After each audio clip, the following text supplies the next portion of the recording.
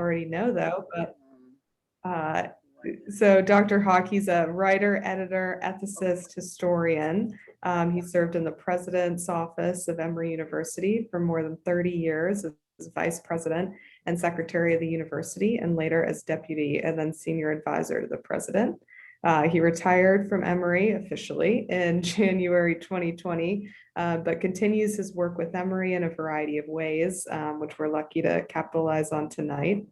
In addition to his administrative work, Dr. Hauk has served for many years as the unofficial historian of Emory and was appointed in 2015 as the university's first official historian. He's authored 4 books about Emory, including most recently Emory as Place, Meaning, and a University Landscape, which was published by the University of Georgia Press. Dr. Hauk has a PhD in Ethics and Society from the Laney Graduate School at Emory, and earned his BA and MA degrees in English literature from Lehigh University and a divinity degree from Methodist Theological School in Ohio. So really excited to have you tonight. I was lucky enough to cross over with you in my undergraduate career, and delighted to cross over once again. And thank you all for joining the call tonight. This is officially brought by the DC Alumni Network in collaboration with other alumni networks around the country and in Atlanta. So Dr. Hauk, I'll let you take it away, and thanks again. Thanks, Maya, and thanks for the invitation to speak to all of you tonight. It's wonderful to see a couple of familiar faces, people that I haven't seen in quite some time. So I'm grateful to all of you for tuning in. What I'd like to do is spend about 30 minutes or maybe 35 minutes talking, and then leaving plenty of time for questions and particularly any comments or memories that you all might have and be willing and eager to share. So what I want to talk about tonight actually is presidential legacies at Emory. I know that you will be hosting President Fenves, I think, next week, and this seemed like an interesting way to perhaps tee that up. As Maya said, I began working in the office of the president at Emory in 1988 as the assistant university secretary, and over 30 years, I had the privilege of working with 4 university presidents and 1 interim president, each of whom brought their own vision and experience and leadership styles to the office. So 5 years ago, when a search was underway for the successor to President Jim Wagner, the chair of the board asked me to put together a little history of the presidency over the previous several decades. And I thought it would be interesting actually to go back a little bit farther to the end of World War II, when I think of the real beginning of the research university that we know Emory to be today. That is a research university with a liberal arts heart and a very fine, even excellent, world-class health sciences center. And so I'm going to share my screen so that you can see my PowerPoint slides. I think you'll still be able to see me if you want to, but there's no requirement for you to do that. Let me see if I can get this going. Is that okay? Looks perfect. Yep. Great. So let me start with several questions and see if we can answer them along the way. First, how did each of the last 7 Emory presidents help to make the university stronger? And what personal and professional qualities led to their success? How did they fall short and why? Did a president's scholarly discipline make a difference in how people viewed the university leadership or in how the president thought about the university? How important was teaching or administrative experience? And since Emory is related to the United Methodist Church, did a president's church affiliation or lack of it play any role? Did each president understand the distinctive character and history of Emory? And did the president communicate well? So let's begin with, as I said, the end of World War II And let me see, make sure I'm clicking along here. Goodrich White. I start with Goodrich White because he served during a pivotal period after World War II. His predecessor, Harvey Cox, was the longest serving president in Emory's history, in office from 1920 until 1942. President Cox helped to establish Emory firmly in Atlanta with the move in 1915, and he built up the professional schools as well as much of the campus as we know it today. He also guided Emory through the difficult years of the Great Depression and the start of World War II, with all of the dislocation and budgetary challenges that those upheavals brought. So here's a nod to his good and even great work. He set the stage for what would come. But it was really President White who got Emory moving into the current era. He built on the foundation that Cox had laid and ushered in Emory as we know it today. White was a 1908 graduate of Emory College, and after he earned a PhD degree in psychology from the University of Chicago, he spent most of his career at Emory as a faculty member and administrator.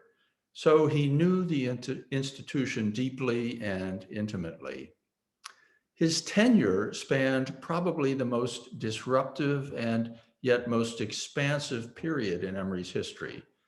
He picked up the reins from President Cox at the beginning of World War II, and then he dealt with the steep decline in student enrollment that was caused by the war.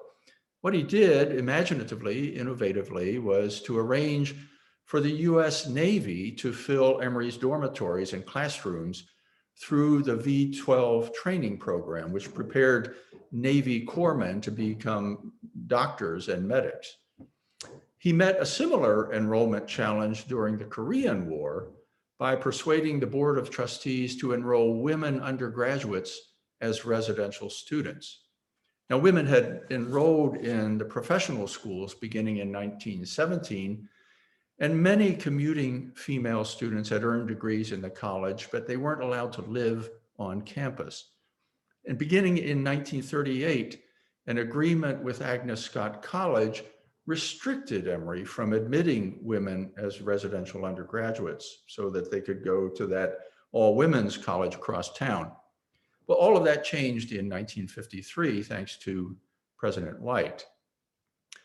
With the end of World War II and the introduction of the GI Bill, enrollment at Emory in the late 1940s and 1950s boomed, and so did the campus building program. Here you see some of the construction that occurred during White's tenure. The university added hundreds of thousands of square feet of space for residence halls, classrooms, offices, laboratories. The college faculty tripled during that time, and college enrollment swelled from 700 college students to 1,700. The professional schools became bigger and stronger. And maybe most significantly, Goodrich White developed what would become the Woodruff Health Sciences Center, and he created the Emory Clinic with the financial help of Robert Woodruff.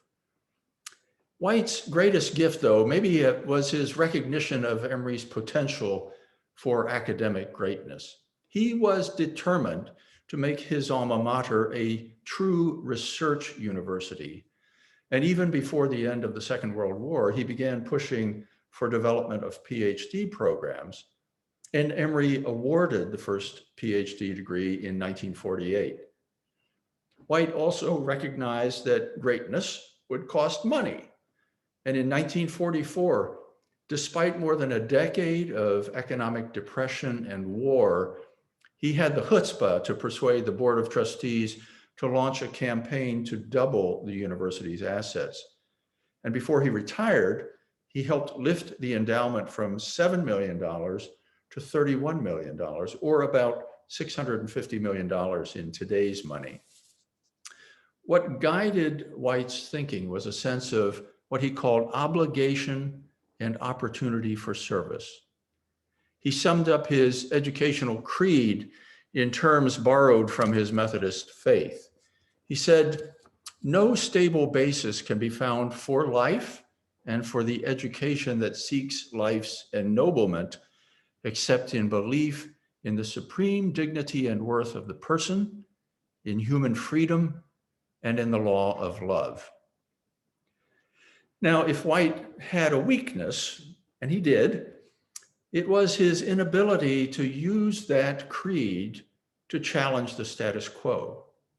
His presidency largely coincided with major efforts of the civil rights movement to dismantle segregation.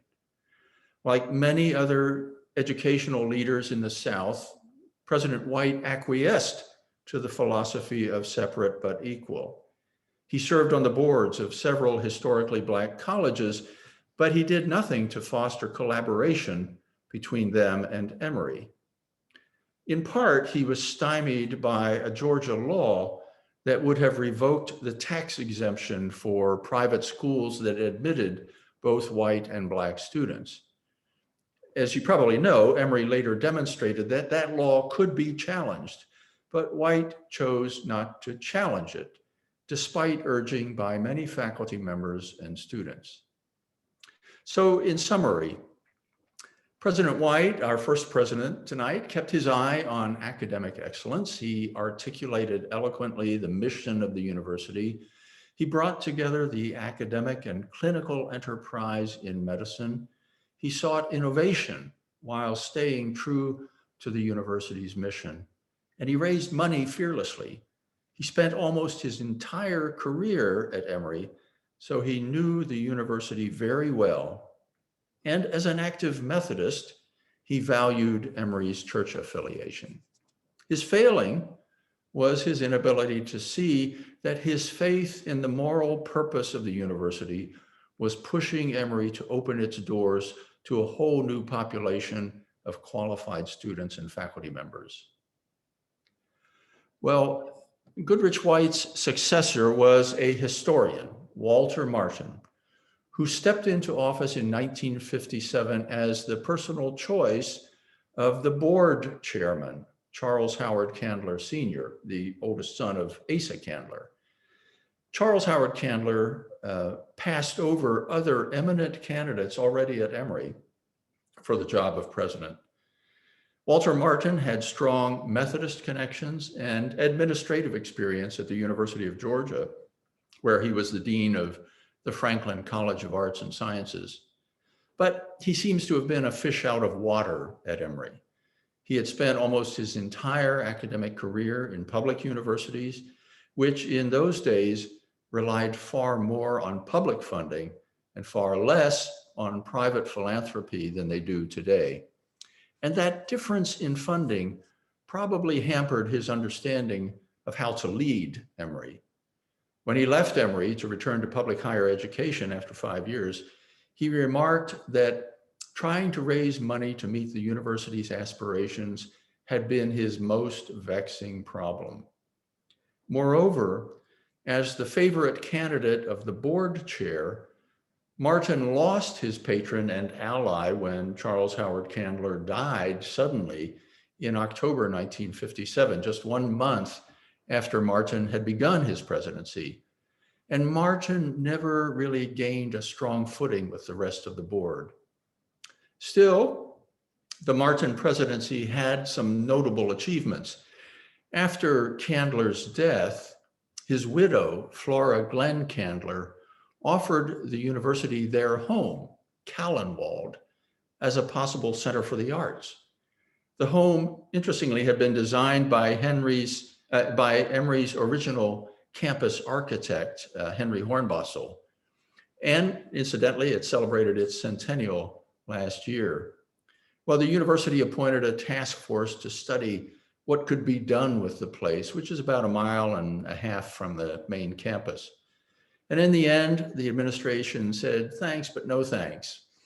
And instead, Emory asked for an equivalent value in stock to endow the Charles Howard Candler professorships, the first really major distinguished professorships at Emory. Another Candler, and also an Emory alumnus, Walter Candler, wanted to dispose of his estate and the university purchased his 185-acre law water in 1958. Academically, the university experienced very few significant advances during Martin's 5 years. He undertook no fundraising campaign, and Emory's capital growth slowed in comparison to the previous decade. Still, there was some major construction: Cox Hall, the complex, several buildings at Oxford, and the endowment grew a bit. When Walter Martin announced at the beginning of his administration that he wanted to make faculty salaries more competitive, he achieved a little bit of success by reallocating some funds. But by the end of his presidency, faculty salaries actually had fallen in comparison to those at 13 other Southern universities. And a reaccreditation committee in the spring of 1962 noted that the faculty at Emory verged on great distinction, but that Emory risked losing its best faculty members unless it could find the wherewithal to meet their ambition. Like President White, President Martin provided no leadership on the issue of civil rights and integration. He had already announced that he was leaving when the university brought its lawsuit against Georgia's restriction on enrolling Black students, a lawsuit that would be led not by President Martin, but by the new board chair, Henry Bowden, and the dean of the law school, Ben Johnson, Jr. So again, in summary, Walter Martin's presidency was really a holding period in which the university failed to climb any higher and may actually have slipped back a bit. Walter Martin was uncomfortable with fundraising, and he lacked experience in private higher education. And most significantly, he declined to address the most pressing moral issue of the day. Well, when President Martin resigned suddenly in April 1962, the board appointed an interim leadership team consisting of the board chair, Henry Bowden, the dean of the faculties, Jake Ward, and the university chancellor, retired President Goodrich White. They ran the administration for the next year while a search was underway. They were called the Troika. Remember, this is in the height of the Cold War, and the Troika was a reference to the Kremlin, which was the nickname for the administration building. And Troika in Russian simply means threesome. They were the Troika in the Kremlin. Well, Emory found its new president at Cornell University, where Sanford Atwood was serving as provost. Atwood was a sophisticated administrator and scientist, and he knew what an Ivy League institution looked like. In his inaugural address in November 1963, Atwood boosted the morale of the faculty by telling them, "You people are twice as good as you think you are." And his consistent message was that Emory must raise its sights beyond being a good private university in the South.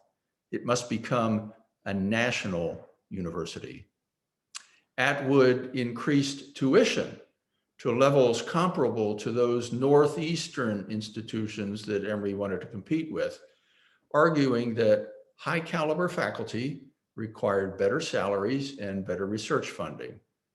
And ironically, the result of this move was that students from the Northeast began enrolling in droves, figuring that if they were going to pay that much money, they might as well be warmer.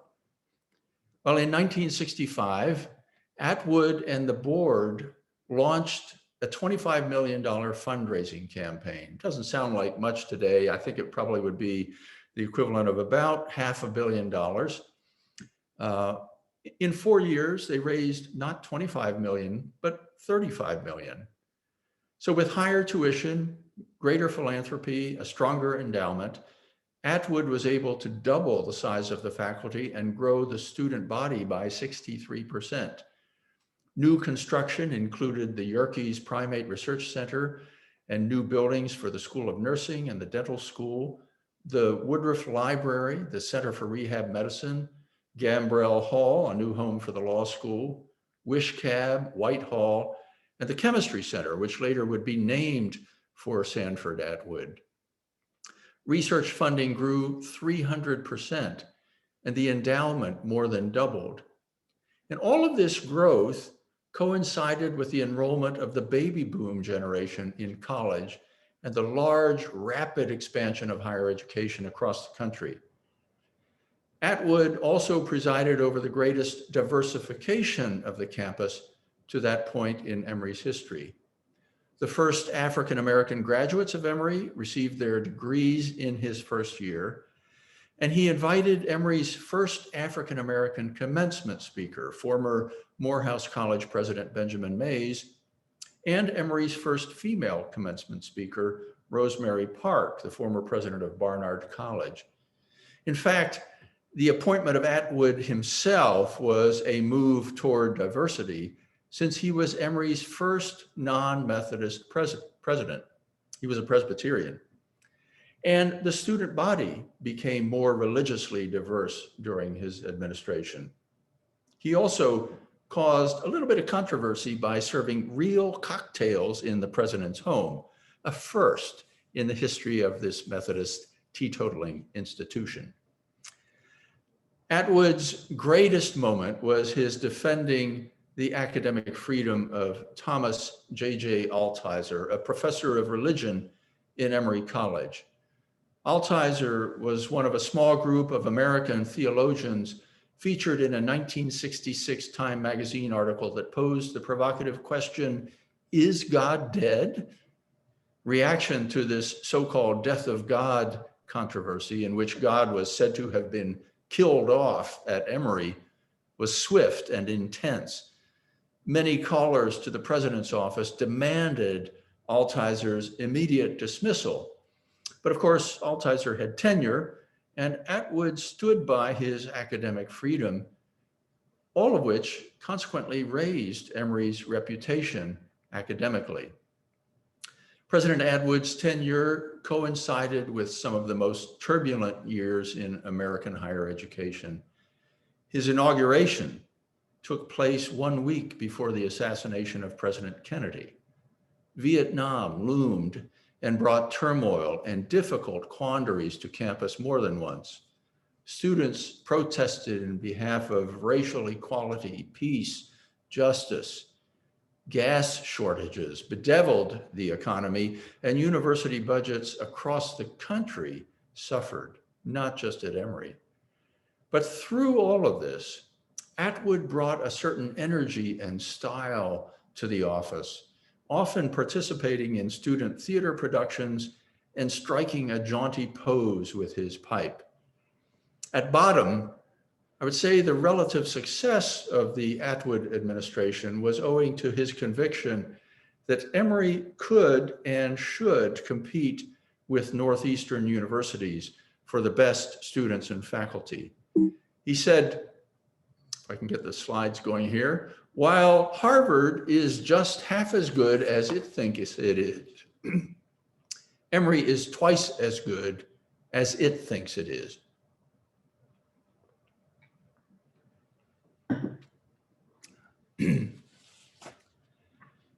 Well, the first president that I had the privilege of working with personally was Jim Laney, beginning in 1988. He is a Methodist minister who served as a missionary to Korea before completing his PhD degree in Christian ethics at Yale. As dean of the Candler School of Theology from 1969 until his appointment as president, Laney hired the first African-American and female faculty members at Candler. He grew the Pitts Theology Library into one of the finest theology libraries in North America, and he made Candler into one of the top half-dozen seminaries in the country. He also proved adept at fundraising, courting Methodist donors like O. Wayne Rollins, whose family later would be instrumental in developing the School of Public Health. Importantly, Laney got to know Robert Woodruff, and all of these achievements attracted the attention of the board of trustees, so that when President Atwood announced his retirement, Laney quickly rose to the fore as his successor. The time was not great for university presidents. By the end of the 1970s, universities were facing leaner financial conditions greater competition for students, smaller federal research budgets. And Emory itself had other problems. It provided little financial aid to the students. The residential experience for undergraduates was Spartan and unattractive compared to what competitive institutions could offer. And the sense of the larger purpose of higher education had eroded over the previous 2 decades.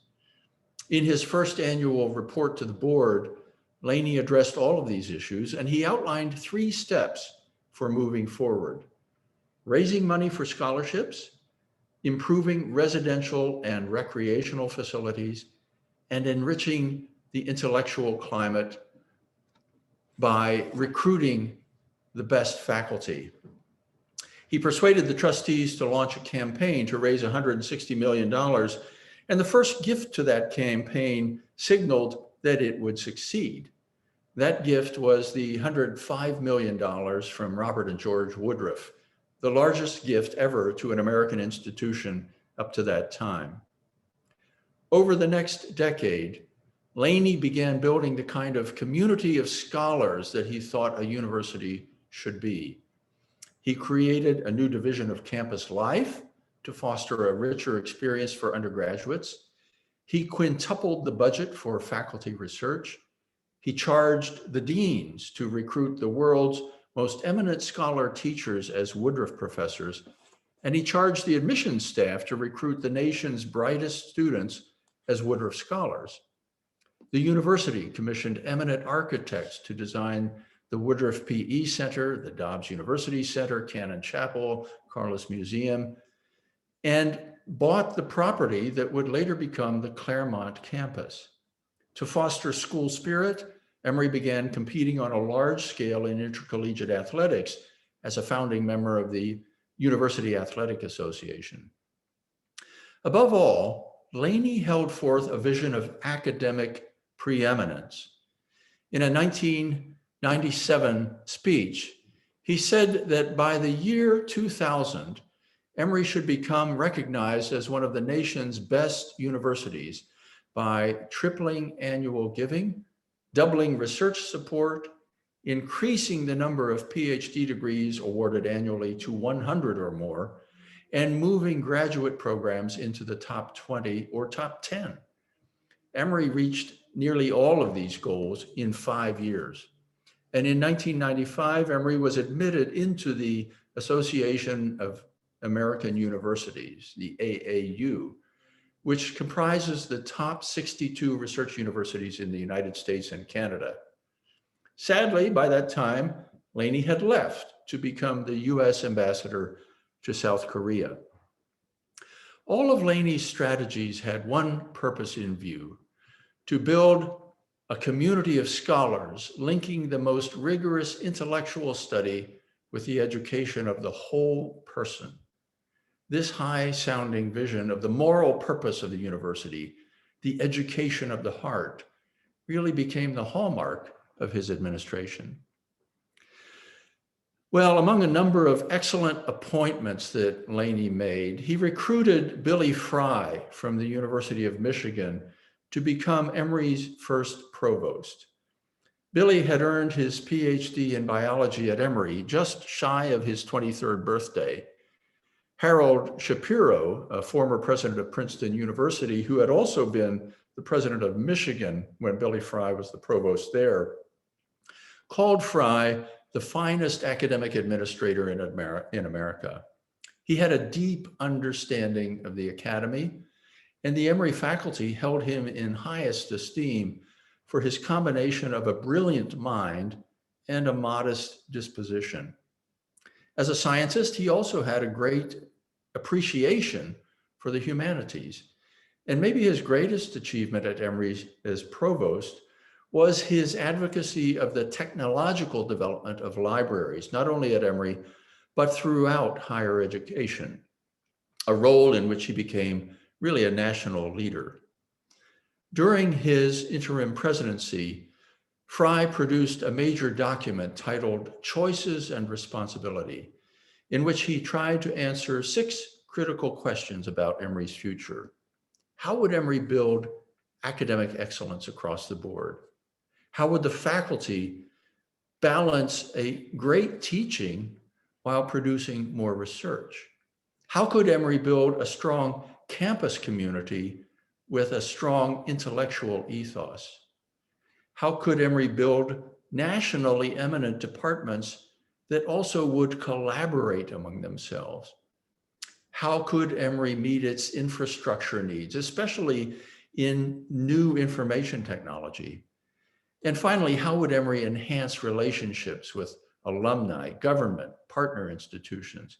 In all of this, he emphasized the importance of a shared sense of moral purpose and a path that is right for Emory, not copying what other institutions might be doing. That interim year was an important transition marked by Fry's keen knowledge of Emory and his excellent relationship with the faculty. Well, while Billy Fry served as interim president, a search committee narrowed a field of excellent candidates. And in the end, they chose Bill Chase, the president of Wesleyan University in Connecticut. Bill Chase knew firsthand what a truly eminent institution should be. He had been educated at Haverford College, one of the best. He earned his PhD in English literature at Berkeley, and then he taught for 20 years at Stanford. Along the way, he also spent a year teaching at historically Black Stillman College in Alabama, where he was arrested during a civil rights demonstration in 1964, the only white person arrested during the incident.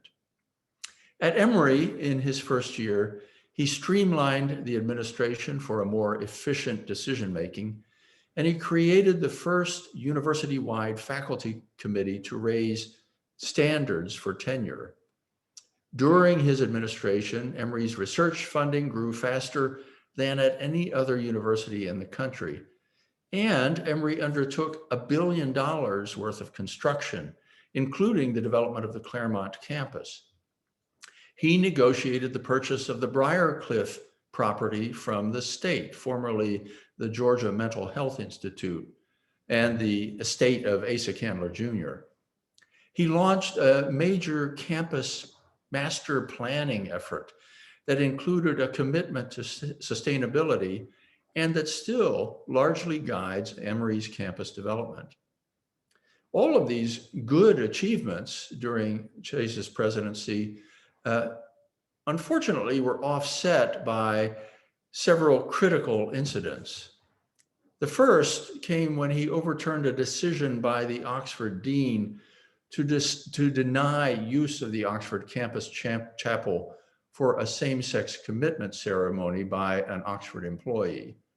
The dean thought, erroneously as it turned out, that Emory's affiliation with the United Methodist Church required denying this permission because the church does not and did not permit such same-sex ceremonies.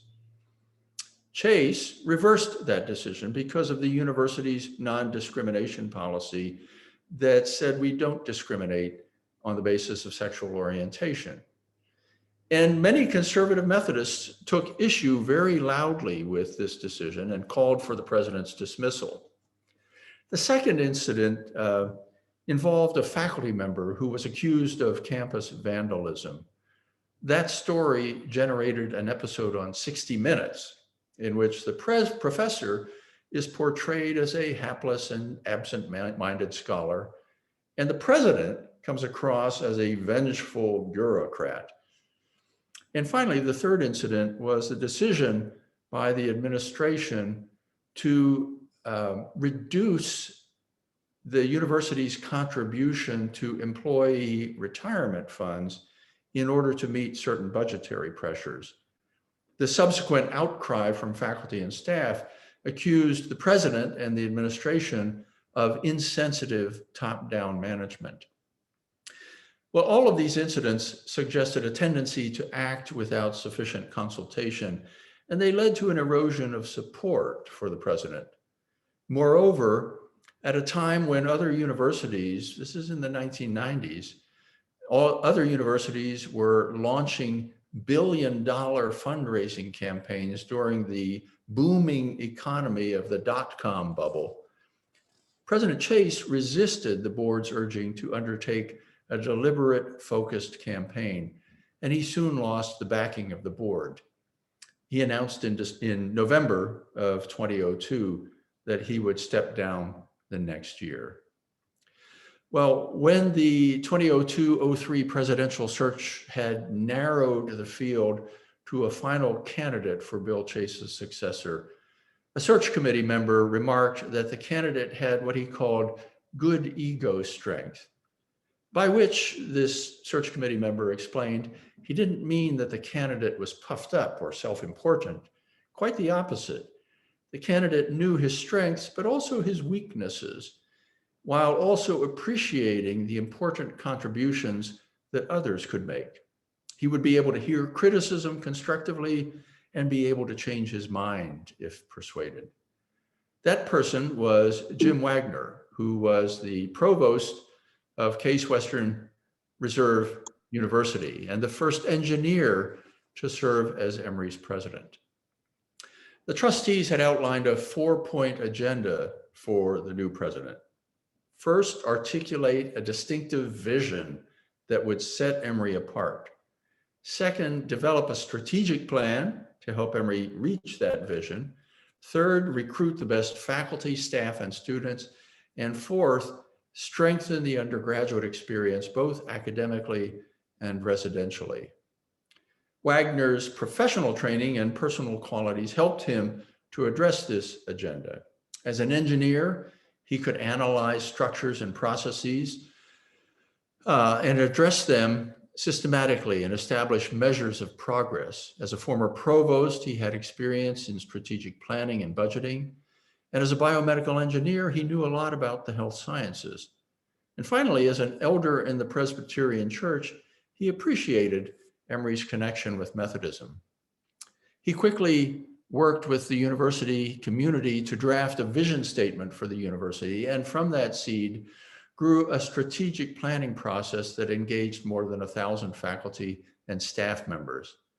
That plan, unveiled in September 2005, had 4 clear goals: to recruit the world-class faculty, enroll the best students, have a social and physical environment that enriches the lives of the university's people, and to become recognized as a community of engaged scholars whose work has a positive impact in the world.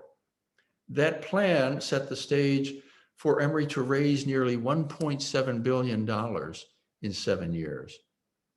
The Wagner years also had challenges. In his first semester, a faculty member used the N-word in a departmental meeting and precipitated a campus-wide debate over the balance between free speech and the appropriate way to foster intellectual community.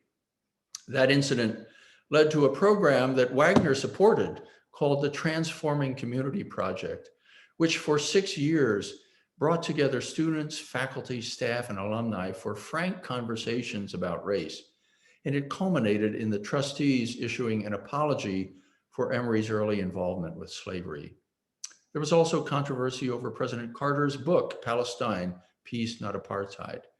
Controversy over the decision to arrest students on the quadrangle for occupying the quadrangle one spring. Controversy over Wagner's own Emory magazine column about compromise, which unwisely chose the 3/5 compromise of the US Constitution as an example. In each instance, Wagner met controversy by inviting dialogue, and in the last instance, he apologized for the unintentional offense. One long-term challenge was the Great Recession, which precipitated a huge budget shortfall and the need to lay off staff. Wagner consulted with ethicists to ask how to do this with integrity and compassion. Throughout these challenges, he tried to help the university recall its mission, articulate principles, and weigh the impact of decisions on individual men and women. Well, Jim Wagner announced in mid-2015 that he would retire at the end of the following fiscal year, and the board chair, John Morgan, led the search for the new president. And when the board announced Wagner's successor, the news stirred excitement. Claire E. Stirk would become the first woman to lead Emory and the first real international scholar to serve as president. She was born and educated in the Netherlands and was a sociologist and public health scholar, and thus the first social scientist to lead Emory since Goodrich White. If anyone were in a position to build on the achievements of her predecessors, Stirk was. She had been at Emory for 25 years, taking on increasing responsibility as a department chair in the School of Public Health, as president of the University Senate, and then for a number of years as vice provost and provost. So she knew the institution well and had helped to shape the academic achievements of the Wagner years. In fact, the work that she outlined for her administration built directly on initiatives launched in the last years of Wagner's administration. The strategic framework labeled One Emory grew out of a phrase that the administration had begun to use a decade earlier to bring the academic side of the university and the health sciences activities into closer alignment. The signal marker of the first year of Stirk's administration was the annexation of the Druid Hills campus into Atlanta, something that had been initiated during Wagner's last year. Her emphasis on diversity and inclusion similarly had its roots in the Commission for Racial and Social Justice created in 2015. Nevertheless, the Stirk years did bring their own concrete achievements, from the renovation of the old theology building into what is now called Convocation Hall, to the opening of the new Student Life Center and work on a new comprehensive campus planning program that addressed the needs of the entire university. It seemed that things were beginning to get traction for new milestones when Provost Dwight McBride announced in October 2019 that he would leave the following spring after only 2 years at Emory.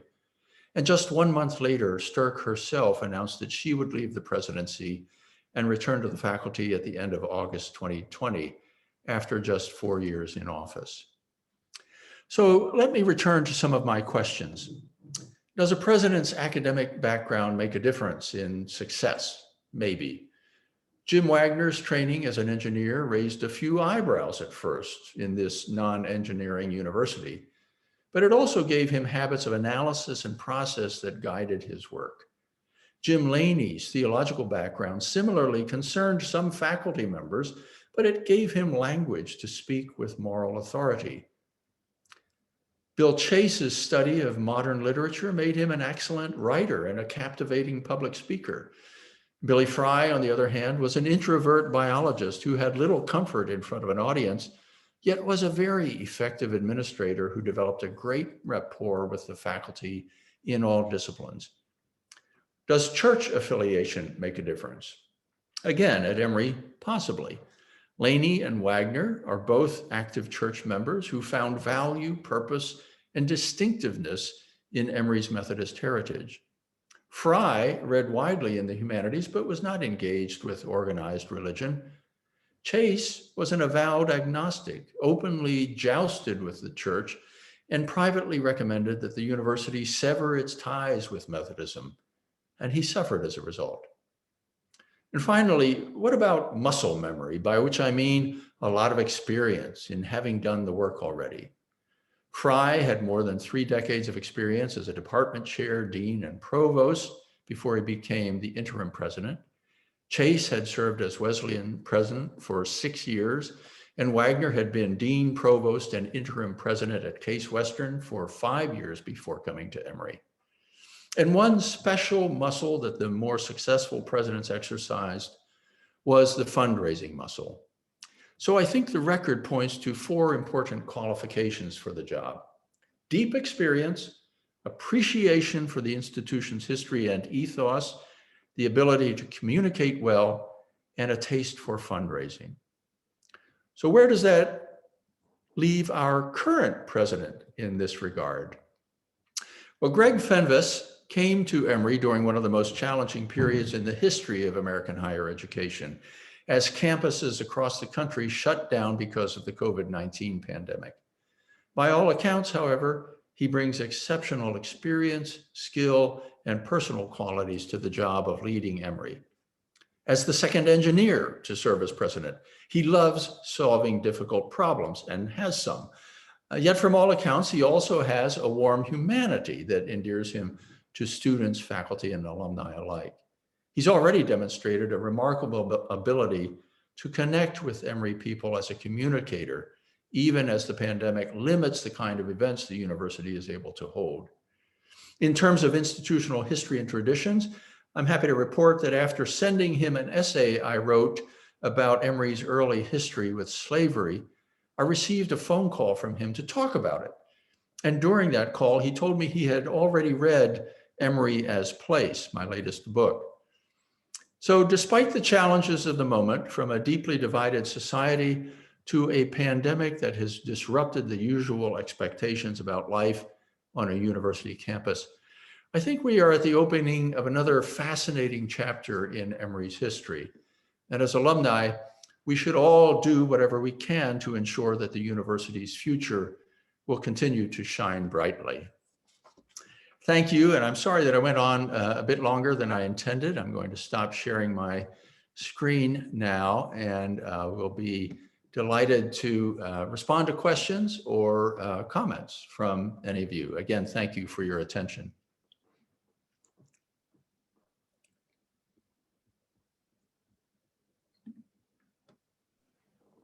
Folks, feel free to turn on your camera and unmute yourself, and feel free to pose any questions to Gary or points for conversation.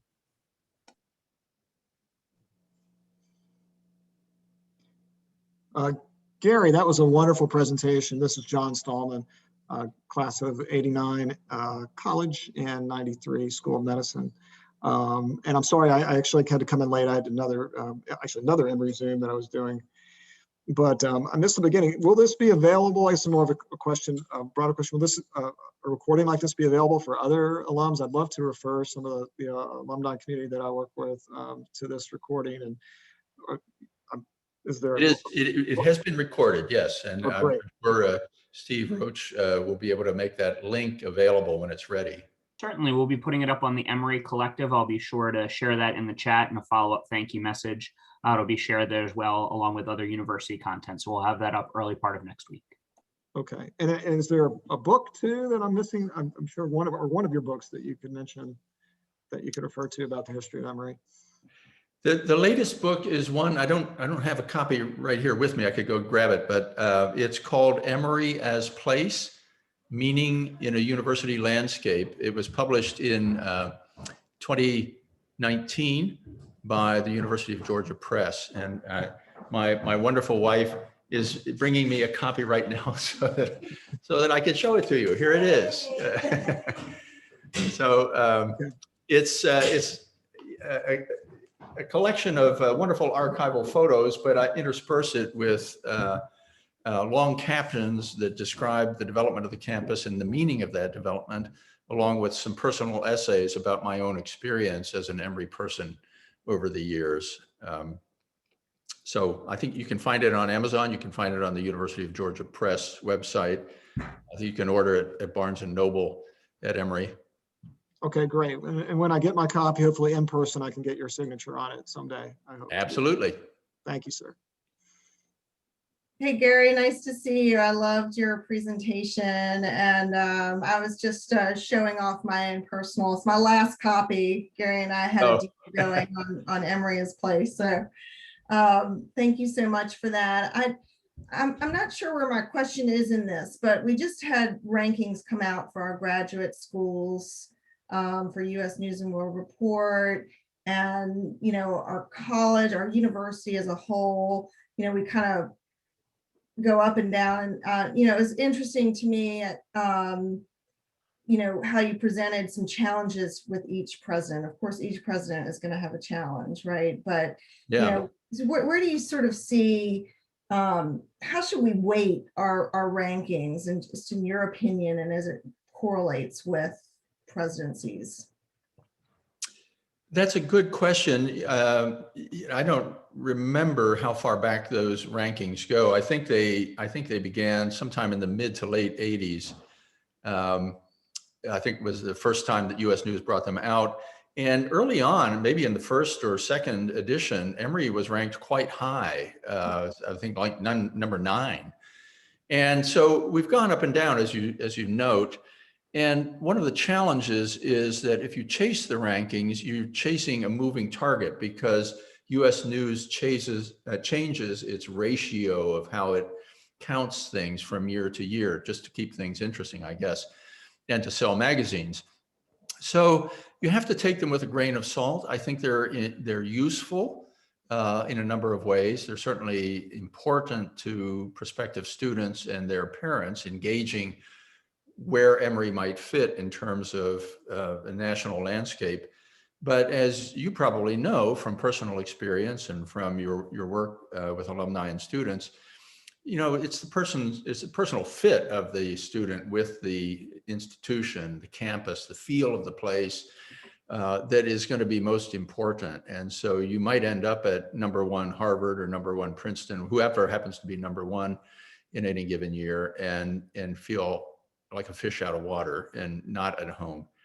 So I think, to come back to your question about presidents, I think for presidents, the challenge is to recognize that thing is out there and you need to pay some attention to it, but it's not the driver of what you're doing. And I remember very vividly during many meetings in the Wagner administration, particularly, that his goal was to recruit the best faculty and the best students.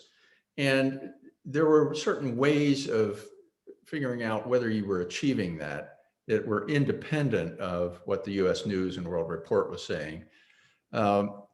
It's also important, given this audience, that great universities attract loyal support from their alumni. And that is one of the measures of US News. And so how are we doing in alumni support is always a question that any institution is going to ask, again, regardless of where it comes up in the US News rankings. So the challenge, I guess, to sum up, is to recognize that those are there, but they're not setting your goals. Yeah, agreed. I agree. It has sparked some recent conversations, so I appreciate that. Thank you.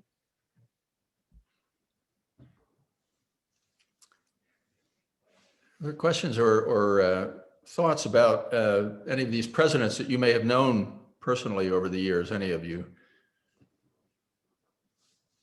I'm happy to report that Jim Laney and I have been exchanging emails. We used to get together for lunch periodically, but the pandemic has put the kibosh on that. But we do have plans to get together perhaps in late April for lunch and catch up.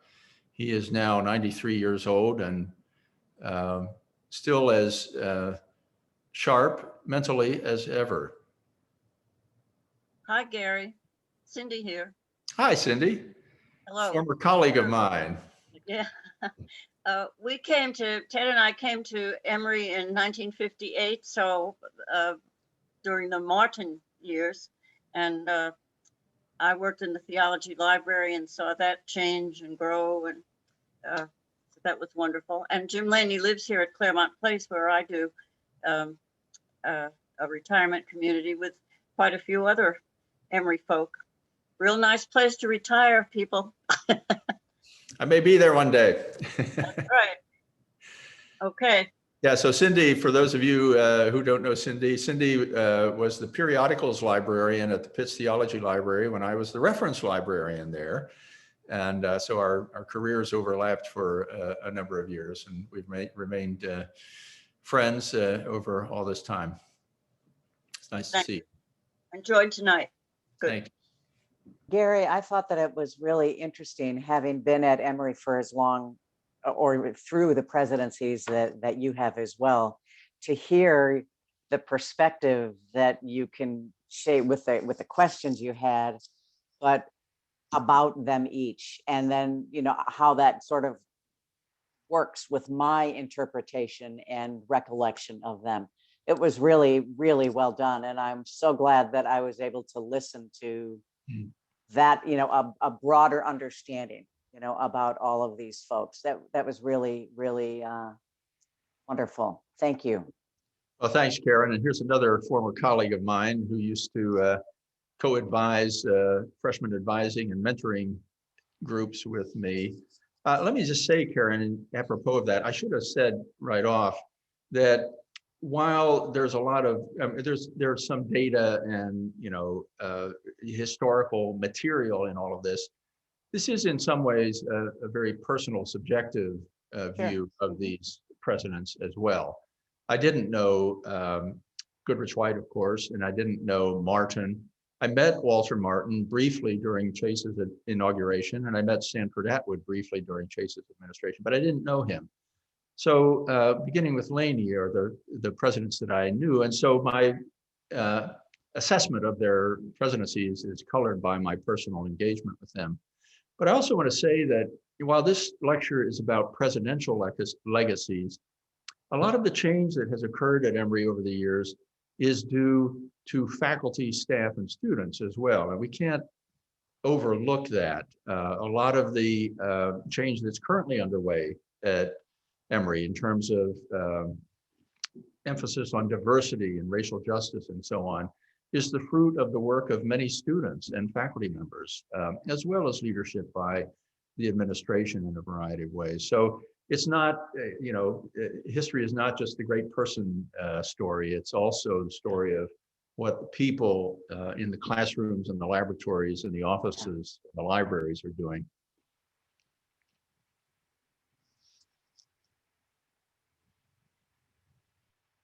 Well, Gary, I wanted to thank you so much for your time this evening to share your background expertise, especially as the DC network is set to welcome President Fenves with a virtual town hall on Monday night at 7 p.m. It's one of over 30 virtual events with the presidents over the spring. You can view that and other events at the Emory Collective, which is emorycollective.com. And I'd be remiss, Gary, if I didn't note that on May 13th, you'll also be giving a talk co-hosted by the DC network and Emory College, recognizing the traditions and history around Emory commencement and a unique look at the background there. So I want to thank you in advance for your time on the 13th at 7 p.m. for that talk as well. Thank you, Steve. And thanks again to all of you. It's been fun. Hope to see you again. Thank you, everyone. Have a great night. Bye-bye. Bye. Okay. Well, that was fine. I'm not